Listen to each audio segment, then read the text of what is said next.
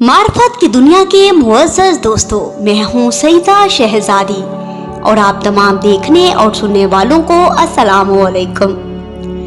नाज़रीन गिरामी, बनी अब्बासिया हुकूमत जब भी बरसरे इक़्तिदार आई, उन्होंने अपने हाथ, कलम और ज़ुबान से आले मोहम्मद को दुख ही दिए और हमेशा पाक पैगंबर के घराने पर जुल्म ही करते रहे।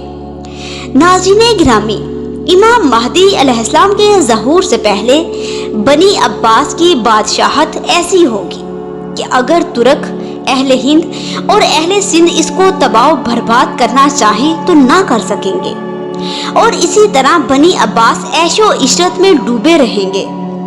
फिर खुदावंद करीम इन पर एक सवारी को इस मुकाम से मुसल्लत करेगा जहां से इनकी ममलकत की इब्तिदा होती है। जिस शहर से ये सवारी गुजरेगी उस शहर को फतह करेगी। जो परचम भी इसके सामने यानी मुखालफत में लहराया जाएगा सरनगू होकर रहेगा। जो उससे दुश्मनी रखेगा तबाही और बर्बादी इसका मुकद्दर होगी। इन फतूहात का सिलसिला जारी सारी रहेगा, यहाँ तक कि ये लोग इन फतूहात को एक मर्दे अरबी के हवाले करेंगे जो हक की सरबुलंदी और इस पर अमल के लिए क़याम करेगा। इस मर्द अरबी का नाम इमाम महदी अलैहिस्सलाम होगा। नाज़रीन गिरामी, हलाको खान के क़याम से अब तक सरज़मीने मशरिक़ को सुकून नसीब नहीं हुआ और ना ही फितना और फसाद ख़त्म हुए हैं।